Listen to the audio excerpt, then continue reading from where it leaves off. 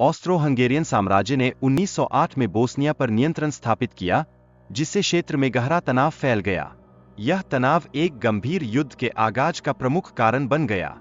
Bosnia और Serbia के लोगों के बीच सांस्कृतिक और जातीय समानताएं विद्यमान थीं, किंतु ऑस्ट्रो हंगेरियन साम्राज्य का नियंत्रण उन्हें एक दूसरे से अलग करता था। इस विभाजन ने उनकी पहचान को टुकड़ों में बांट दिया।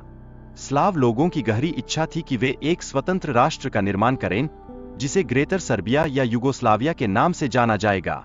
यही भावना साम्राज्य के खिलाफ उनकी विद्रोह की आधारशिला बनी। सर्बिया और बोस्निया के राष्ट्रवादियों ने प्रारंभ में केवल शांतिपूर्ण विरोध व्यक्त किया, किंतु समय के साथ उनकी गतिविधियां उग्र संगठनों में बदलने लगीं। यह बदलाव उनके लिए एक नई दिशा में अग्रसर होने का संकेत था।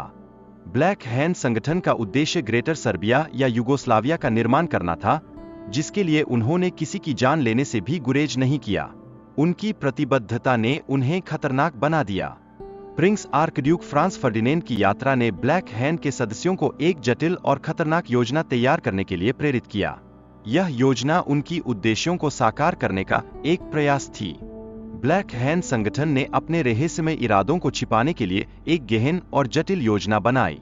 उनका मुख्य उद्देश्य यह सुनिश्चित करना था कि कोई भी उनके इरादों से अनभिज्ञ रहे।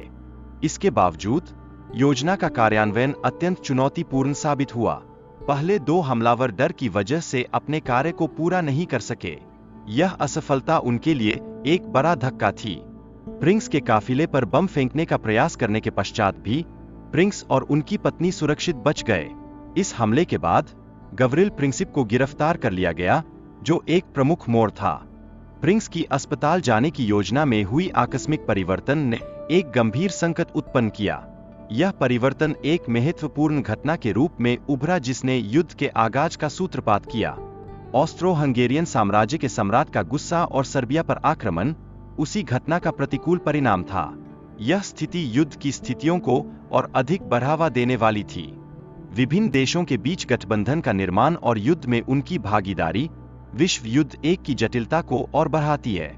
ये घटनाएं वैश्विक स्थिरता पर गहरा प्रभाव डालती है।